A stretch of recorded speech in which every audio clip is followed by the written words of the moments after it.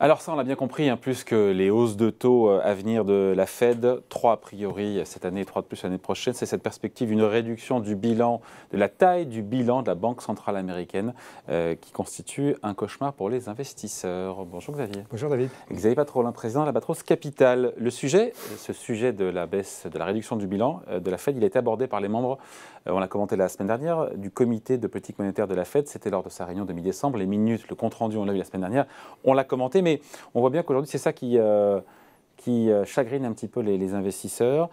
Il n'y a pas encore de consensus d'ailleurs à la Fed de ce point de vue-là, mais c'est un sujet qui arrive plus vite sur la table que ce qui était prévu. Absolument.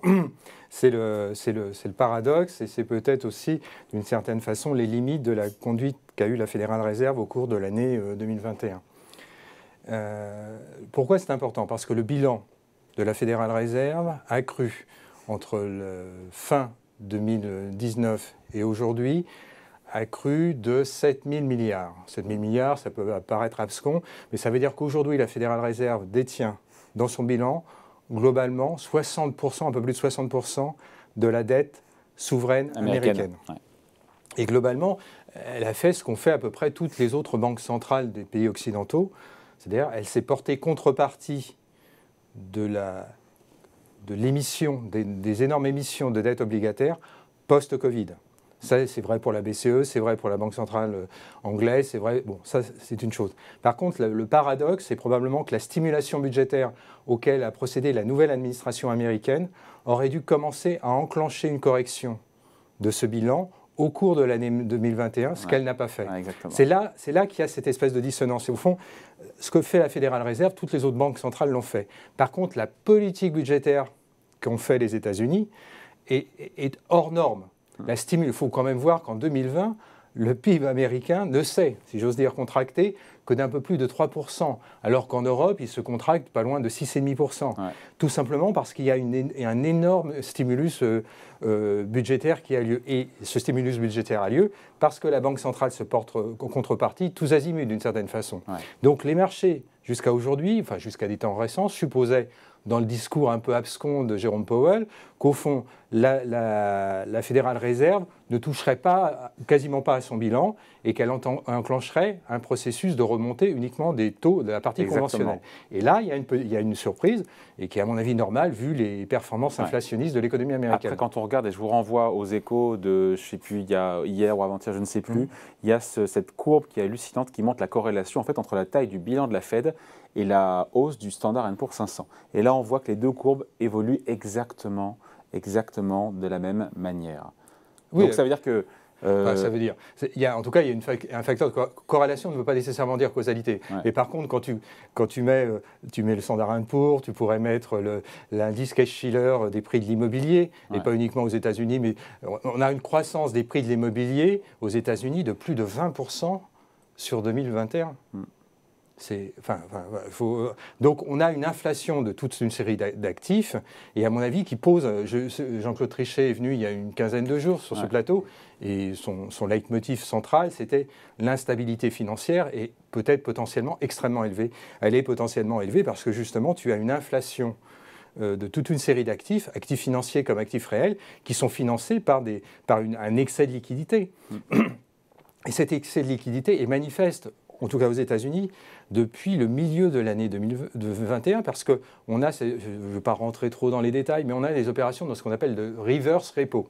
C'est-à-dire que quand les banques commerciales ont trop de liquidités, elles restituent cette liquidité auprès de la Fédérale Réserve pour que la Fédérale Réserve leur redonne les repos, c'est-à-dire les emprunts obligataires qu'elles avaient mis en garantie. Pour obtenir un ordre d'idée, en fin 2020, le reverse repo était aux alentours de quelques centaines de millions de dollars. Aujourd'hui, il est aux alentours de 1600 milliards. Ça veut dire que le système bancaire commercial américain restitue tous les jours. Parce qu'il y a trop. Il y a trop de liquidités. Et ça, c'est à mon avis un énorme point de faiblesse de la Banque centrale et c'est normal que les gouverneurs... Mais c'est un sujet hautement inflammable pour les marchés actions. Est-ce que réduire la taille du bilan de la Fed fera nécessairement baisser les marchés si on voit que dans l'autre sens, le fait que le bilan gonfle, ça a fait monter les bourses oui, tout dépendra du rythme. Dans un cas, le rythme de montée du quantitative easing était annoncé. on avait une idée extrêmement précise. Là, on est dans l'incertitude la plus complète. On ne sait pas, ils discutent pour l'instant, mais on ne sait pas justement sur quel type de marché ils peuvent intervenir globalement sur 2 grands marchés, la dette souveraine américaine ou les crédits, les mortgage-backed securities, les crédits mortgage-backed securities, les crédits immobiliers américains. Probablement qu'ils vont peut-être principalement intervenir sur les crédits immobiliers parce que là, manifestement, sur le marché de l'immobilier, on est sorti de plusieurs écarts types de valeurs d'équilibre. Mais ils peuvent intervenir sur la dette souveraine américaine, sur le T-bond américain. Et donc, le marché est dans un instant d'incertitude. Donc, cet instant d'incertitude, il va progressivement le pricer sur les différentes maturités en termes de prime de risque. Par contre, sur ce que tu dis, sur le reflux, sur les indices boursiers, tu as un indicateur aujourd'hui, c'est le Bitcoin, tu le regardes attentivement, tu vois bien que le mouvement du Bitcoin est probablement, il y a peut-être d'autres raisons, mais probablement lié au reflux attendu de la liquidité et toutes les positions qui sont leveragés sur le Bitcoin, c'est-à-dire pas ceux qui achètent avec leur épargne des Bitcoins, mais ceux qui vont emprunter chez leur banquier avec des leviers de 1, 2, 3, 4, 5, voire 10, puis ensuite acheter des Bitcoins, eh bien, ces positions-là sont en train de se déboucler. Et ça a un effet de reflux. On voit la même chose sur des valeurs technologiques, on voit la même chose sur des vecteurs de biotechnologiques. Les marchés sont en train de se préparer à ça, à cette réduction de bilan. Donc on voit bien que les indices boursiers sont en train de consolider gentiment, il n'y a pas de drame. Mais on voit que ça détaraude. Donc il y a les hausses de taux, j'ai dit 3 en 2022, 3 en 2023. Possible réduction de la taille du bilan de la Réserve fédérale américaine. Mais de combien c'est ça qui est important. Avant l'été, quelque part, peut-être potentiellement avant l'été, et de combien et comment. Et voilà. Comment elle fait concrètement et de combien. Et voilà, ça va constituer le... Parce que le comment, ça veut dire quoi en gros? Parce que réduire son bilan pour le commun des mortels, elle a acheté beaucoup d'obligations souveraines. Oui. Qu'est-ce qu'elle fait pour... elle ne renouvelle pas ses tombées. C'est-à-dire qu'elle quand les obligations arrivent à maturité, à échéance, elle ne les renouvelle pas. Elle n'en rachète pas. Là, on savait qu'elle n'allait plus en racheter. Non, mais racheter, c'est celle qui arrive à échéance. Ah oui, renouveler, c'est ce qu'on appelle renouveler. Voilà, renouveler. Elle ne va pas les renouveler. Elle n'achète pas en net, mais elle renouvelait. On était justement sur cette idée il y a encore quelques mois, c'est une stabilisation du bilan. Même quelques semaines. Voilà, et là, on est sur un reflux. La question est de savoir de combien va porter ce reflux, et est-ce qu'elle va aller jusqu'à la position qui serait là, pour le coup, agressive. À mon avis, c'est pas évoqué, mais elle pourrait l'évoquer, de vendre. C'est une chose de ne pas renouveler les tombées et les obligations qui arrivent à échéance, c'en est une autre de commencer à vendre sur la courbe des taux. À mon avis, ça, elle ne le fera pas, parce qu'elle mettrait probablement en risque, ou alors il faudrait qu'il y ait une menace inflationniste exacerbée. Mais ça, c'est on peut calculer le combien dans ces cas-là, puisqu'on sait les tombées. Les tombées, on peut les connaître. Oui, on peut avoir l'échéancier, ça demande un travail. On a eu un mouvement entre mars 2018 et octobre 2019 de reflux du bilan, puisque le quantitative easing, ce n'est pas une chose nouvelle, c'est une chose qui a quasiment une décennie d'existence. Et on a eu un reflux du bilan de la Fédérale Reserve d'une dizaine de % à peu près annuel. C'est-à-dire que le bilan de la Banque centrale s'est contracté d'une dizaine de % entre mars 2018 et octobre 2019. Donc ça te donne une idée de ce qui est possible. Mais c'était avant le Covid. Et ça n'avait pas empêché les marchés. Au début, il y avait une réaction épidermique, et puis après c'était reparti. Oui, voilà. Mais là, on n'a pas les mêmes niveaux d'inflation. Là, tu vas avoir une publication de l'inflation cette semaine. Probablement qu'on aura un chiffre supérieur à 7%. On regardera la core inflation, l'inflation core hors éléments saisonniers exceptionnels. On est très proche des 5.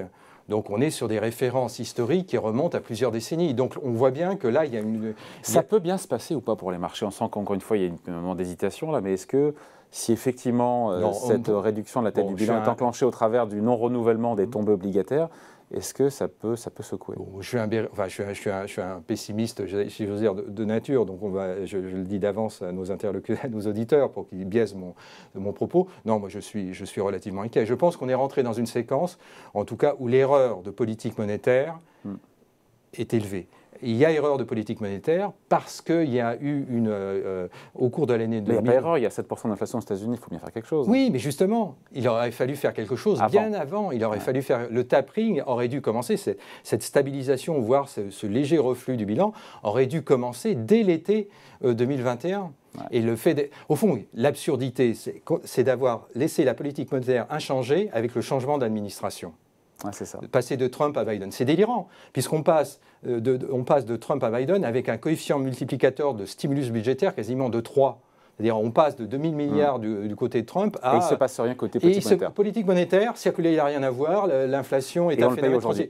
Et voilà. Et donc, c'est ce qu'on peut retenir, c'est qu'on rentre dans une phase d'incertitude élevée de politique monétaire, de politique économique et de politique budgétaire. Et ça, globalement, c'est pas bon pour les actifs risqués, en tout cas ceux qui ont, ce que j'appelle, qui ont très très bien performé sur les 12 des 18 derniers mois. Donc là, il faut être très très prudent, à mon avis. Oui. Bon. Commencer à dégager du cash ne serait pas une absurdité, loin de là. Bon, merci. Explication, point de vue signé Xavier Patrolin, donc président d'Albatros Capital. Merci et bonne année. Bonne année à toi, David.